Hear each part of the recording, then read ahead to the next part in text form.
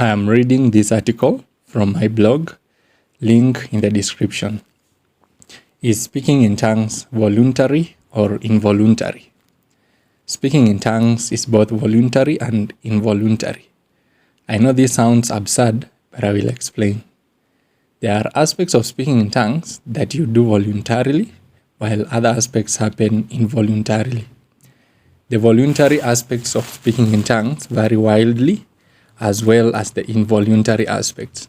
In other words, what may be a voluntary act of speaking in tongues today may be an involuntary act another day.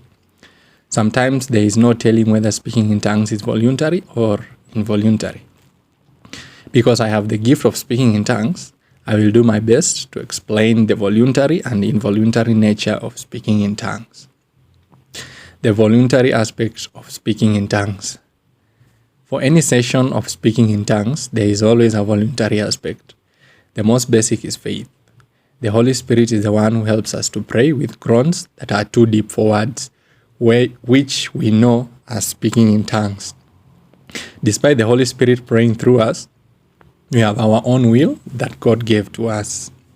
The Holy Spirit is gentle and can never violate our will. For anyone to speak in tongues, he must give the Holy Spirit permission to use his tongue.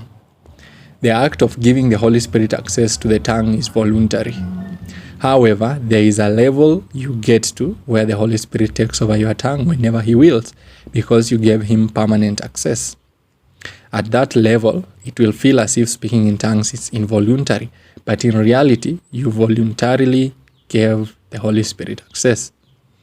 For those who are new to speaking in tongues, they have to give the Holy Spirit permission every so often.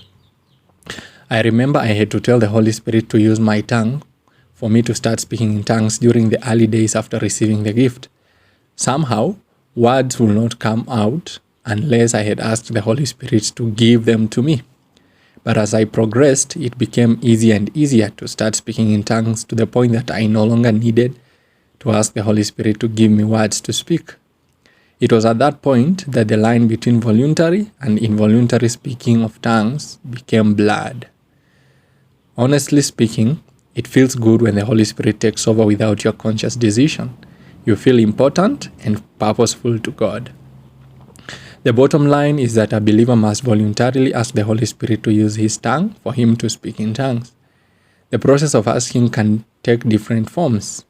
Some believers, having the desire to speak in tongues, began uttering words they didn't understand, and God saw their genuine desire and took over their tongue. Other believers had to consciously ask the Holy Spirit to use their tongues. Still other believers gave God permission in their lives through covenants, which allow God to use their tongues without them having to consciously give him access. This is why you will always see of varying ways in which believers got baptized to speak in tongues. The involuntary aspect of speaking in tongues. Speaking in tongues is primarily seen as an involuntary act, and yes, a big part of it is involuntary. While you almost always have control over when to speak in tongues and when to stop, there are times when speaking in tongues becomes too sweet that you don't want to stop, even when you want to. In any case, the words you speak when speaking in tongues are always given by the Holy Spirit. You never think about what to say. Even for beginners, the words they speak are given by the Holy Spirit. But since in the early stages the Holy Spirit may only give a believer a few words to speak, the believer has to repeat those words over and over. It is at this stage that some begin to doubt if what they are speaking is actually given by the Holy Spirit or it is their own words. Believers who never seek to grow in the gift of speaking in tongues get stuck at this stage. At this stage also, speaking in tongues feels more voluntary than involuntary. To grow past this stage, a believer must accept that he is a beginner and it takes effort to permit the Holy Spirit to use his tongue. People assume that giving up control of your tongue to the Holy Spirit is easy. It is not.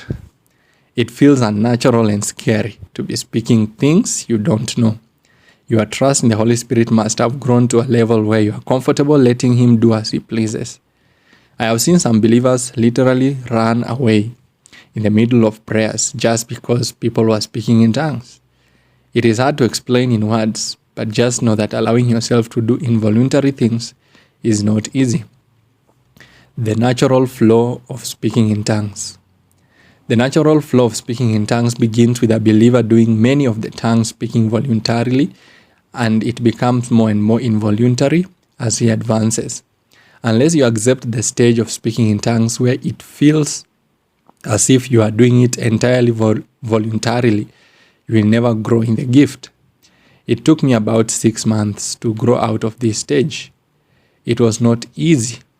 It is especially hard for believers who have the mentality that speaking in tongues must be involuntary.